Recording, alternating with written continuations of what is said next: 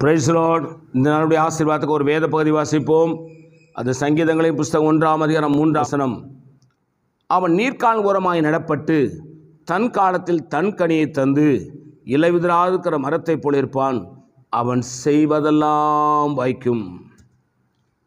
அருமை தெய்வ பிள்ளைகளே, சங்கீதக்காரன் சொல்லுகிறான், அவன் நீர்க்கால் ஓரமாய் நடப்பட்டு தன் காலத்தில் தன் கனியை தந்து இலையுதிராதிருக்கிற மரத்தைப் போல் இருக்கிறான்.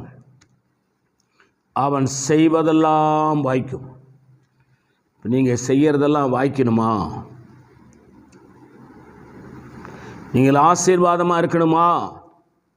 நீர்க்கால் ஓரமாய் நடப்பட்ட மரமாக இருக்க வேண்டும்.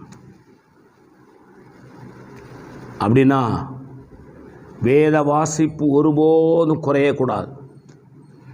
ஜெப வாழ்க்கை ஒருபோதும் குறையக்கூடாது. பரிசுத்தாவின் அபிஷேக வாழ்க்கை ஒருபோதும் குறையக்கூடாது. தினந்தோறும் ஆவியில் நிரம்பி அந்நிய வாசலை ஜெபித்து கொண்டே இருக்கணும். வேதத்தை வாசித்து கொண்டே இருக்கணும். தியானித்து கொண்டே இருக்கணும்.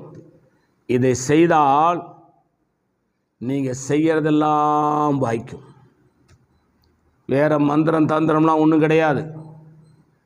வேறு குறுக்கு வழியில் கிடையாது. ஒரே ஒரு வழி, இயேசுவை தினமும் தேடுங்க. எப்பொழுதும் ஜெபம் பண்ணுங்க. வேதத்தை வாசிங்க, தியானிங்க. நீங்கள் செய்கிறதெல்லாம் வாய்க்கும்.